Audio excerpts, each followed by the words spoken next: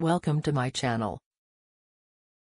How to reset Asus router hassle-free. Want to learn how to reset Asus router? This video will provide you with a breakdown of the process. Keep watching. Locate the reset button on the Asus router. The location of the reset button depends on the model you are using. Once you find the reset button, press it for 5 to 10 seconds.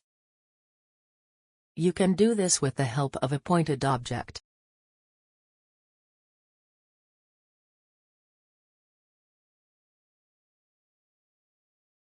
To be specific, use an oil pin or a paper clip to press the button. Soon the power LED light will flash. After you reset Asus router, it will start rebooting.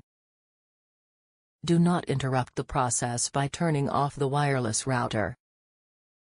Wait for the power LED light to become solid. Now, reconfigure your Asus Wi-Fi router from scratch.